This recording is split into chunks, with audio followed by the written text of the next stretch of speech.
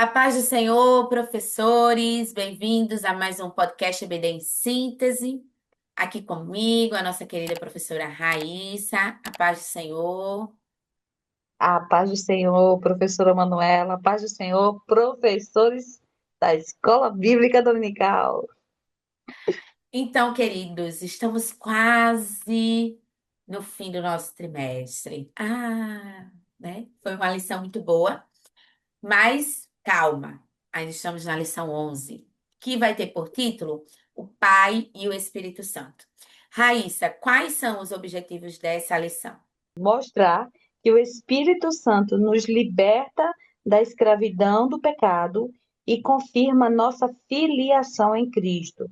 Ponto 2. Explicar que o Espírito Santo guia o crente na vontade do Pai. E ponto 3. Destacar que a Trindade nos conduz à herança eterna. Então, essa lição, inclusive, estávamos conversando antes de iniciar, né, a gravação, que ela vai retomar muitos dos assuntos que a gente já estudou, né, já tratou aí nas lições que antecederam a lição de número 11. Mas eu trago aqui um destaque, primeiro a palavra-chave, né, filiação. E eu lembro que teve uma sugestão de dinâmica que Raíssa sugeriu, né, aqui pra gente, falando justamente de pensar nessa relação de pai e tudo. E aí essa lição, ela nos traz três aspectos. Primeiro, que é o filho, ele tem acesso direto ao pai. Então, retoma o que a gente viu lá nas lições anteriores, inclusive o próprio Deus Filho, né, ali, em relação à sua, justamente, comunhão com Deus e tudo. Então, esse é um primeiro aspecto. Um segundo aspecto é que não, o filho, ele não vive como um escravo, e aqui é um ponto-chave, tá? Por que um ponto-chave? Porque a partir do momento que o filho, ele não vive como escravo, e aqui é pensar, né? Se você levar, recentemente, eu e meu esposo estávamos discutindo a leitura de um livro, e ele dizendo exatamente, né? Quando a gente está dando uma aula, ou falando, né? Fazendo uma exposição de um sermão, enfim, a primeira coisa que vem, né? O autor do livro sugeria que é o imaginário. Então, às vezes a gente usa do recurso imaginário para pensar. E aí, se a gente pensa na condição, eu, pai, que tenho filhos, né? No caso, mães, pais aí, enfim, que tem filhos, ou na própria condição que me coloco de filho, né? Eu vou me identificar nesses aspectos, né? Esse primeiro, de que eu tenho acesso direto ao pai. Então, a qualquer momento, eu estou aqui, principalmente quando você é criança, em tudo, a criança procura quem? Pai, né? E aí, esse segundo aspecto, ele é bem mais interessante, porque justamente não vive mais como escravo. Então, ele tem acesso a tudo que é do pai, né? Mas não só acesso, tudo isso é permitido. Então, essa nossa relação, né? Saímos dessa vida de escravidão do pecado para uma vida de liberdade. E a liberdade em Cristo não é a liberdade que o mundo diz, em que eu vou fazer tudo o que eu quero. Na verdade, a liberdade em Cristo é: eu entendo que eu posso fazer tudo, mas por amor a Ele. Eu vivo conforme a Sua palavra. Então, trazer essa relação que traz muito a ideia de obediência ao Pai, né? Eu quero fazer, eu posso fazer, principalmente quando a gente está escondido ali do Pai, né? Eu posso fazer, eu quero fazer, mas eu lembro da instrução do meu Pai, do ensino do meu Pai, e eu não faço.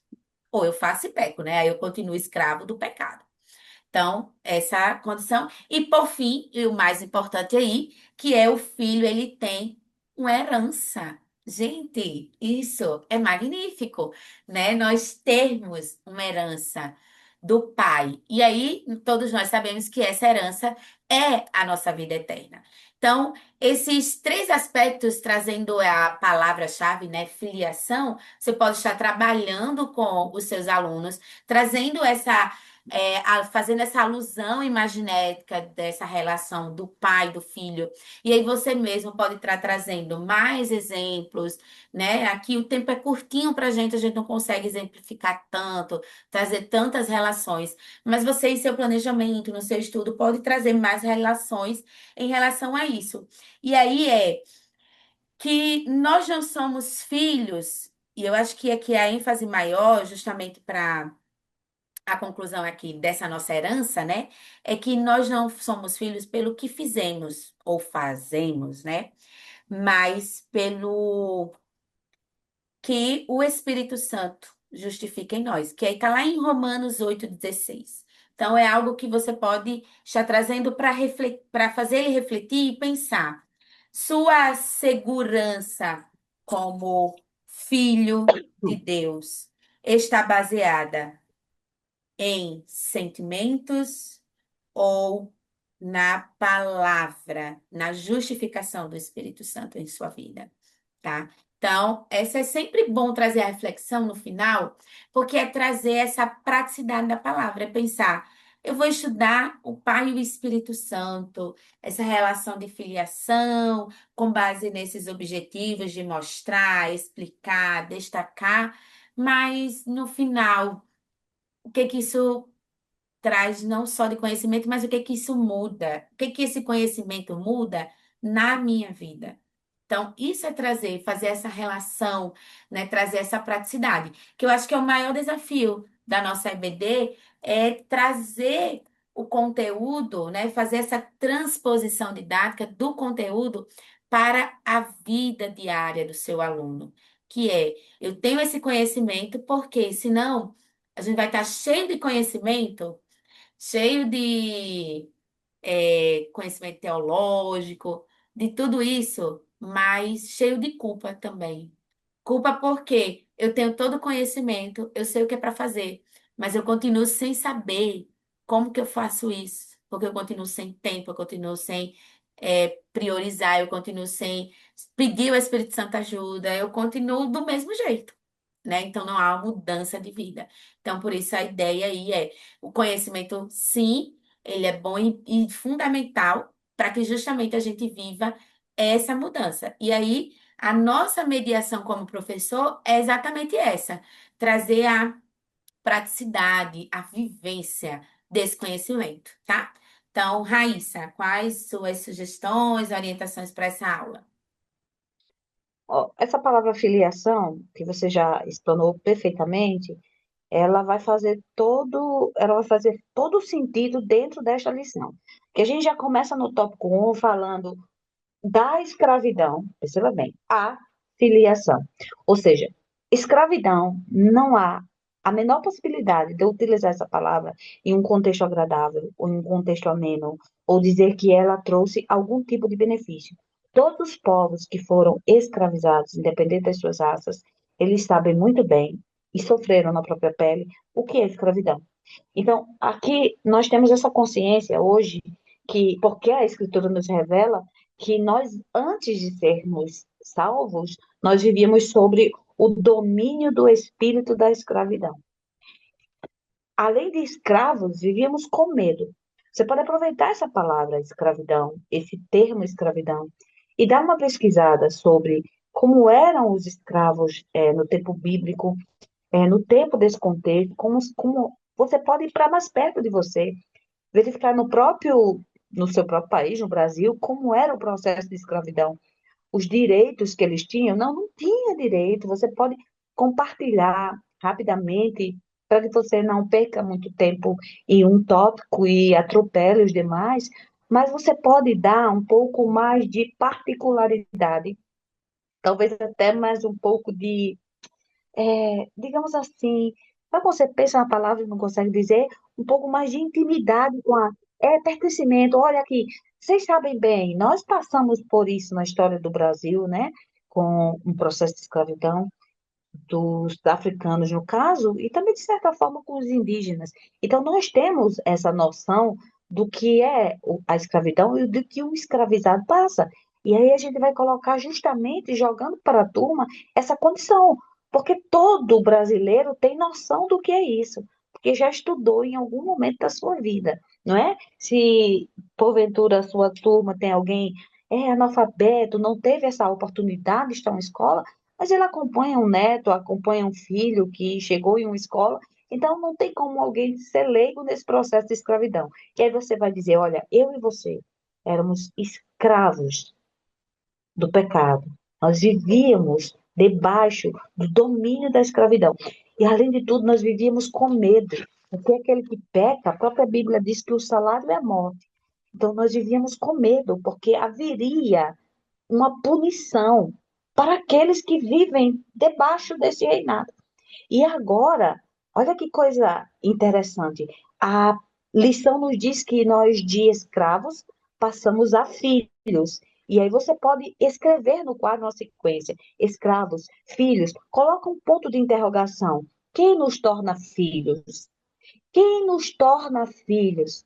Antes escravos, e agora? Como chegamos na condição de filhos? E aí você pode jogar algumas ideias. A lei pode nos tornar filhos, embora a lei tenha a sua serventia e a sua necessidade real, ela não pode, ela não tem a menor capacidade de produzir essa liberdade, de nos tirar da escravidão para a condição de filhos. E aí você pode lançar outras coisas que Deus for trazendo à sua mente. Você vai, isso teria condição de nos tornar filhos até que você chegue na parte de que agora, sob a graça, por meio do sacrifício de Jesus Cristo, nós agora pertencemos a Deus, porque agora sabemos o que é o espírito de adoção.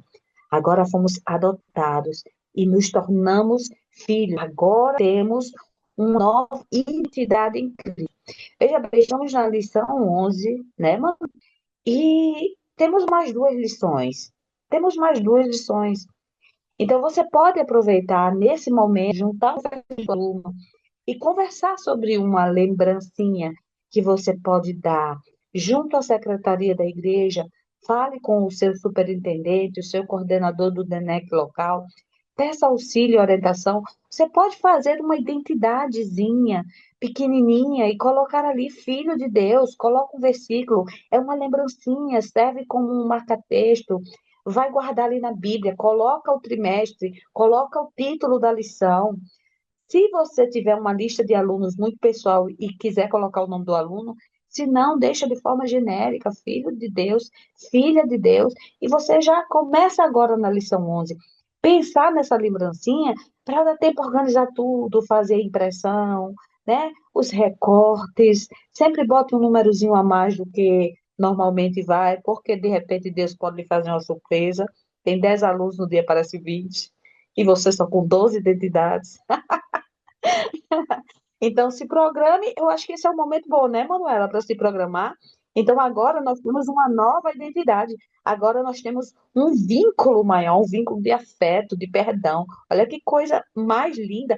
Nós não somos mais escravos. Nós agora somos filhos. E aí, você frise com a turma, é bem interessante. Porque a parte 2 diz que da rebeldia a filho legítimo. Tem gente mais com o temperamento, né?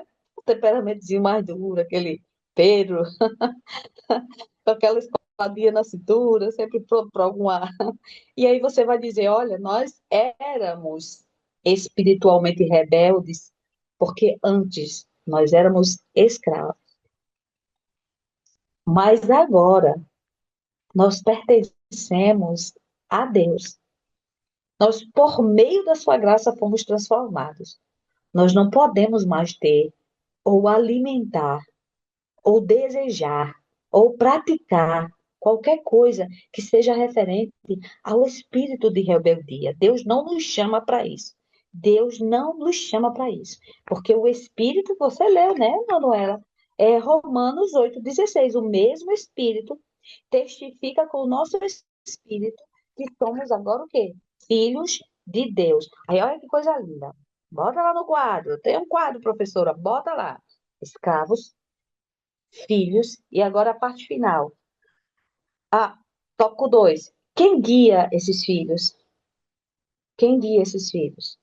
Na época que os carros não tinham o sistema de GPS, e os próprios celulares não tinham, a gente andava com aqueles livros. Manuela não é dessa época, não, que ela é nova.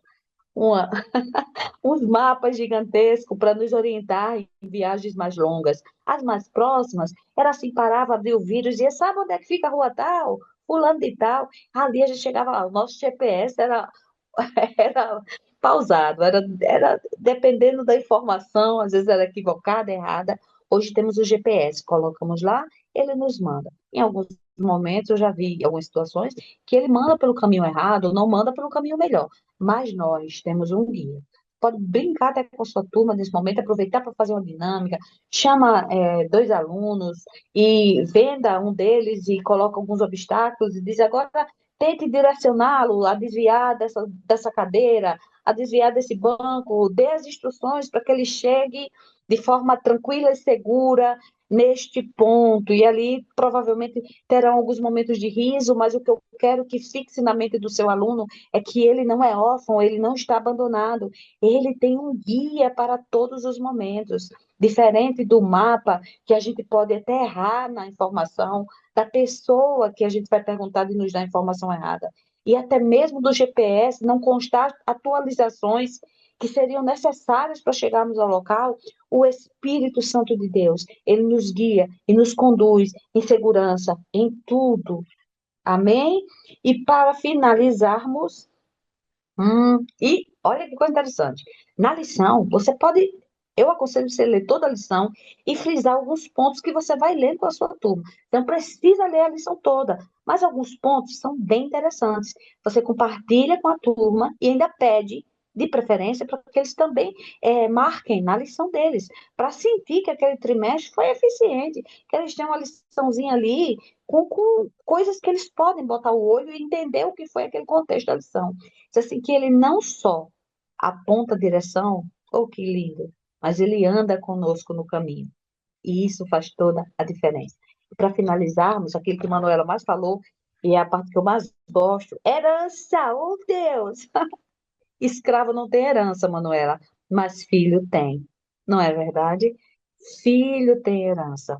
E aí, na própria legislação brasileira, nós sabemos que o filho adotado, ele tem os mesmos direitos. O filho adotivo, ele tem os mesmos direitos do filho que foi biologicamente formado no ventre daquela mãe.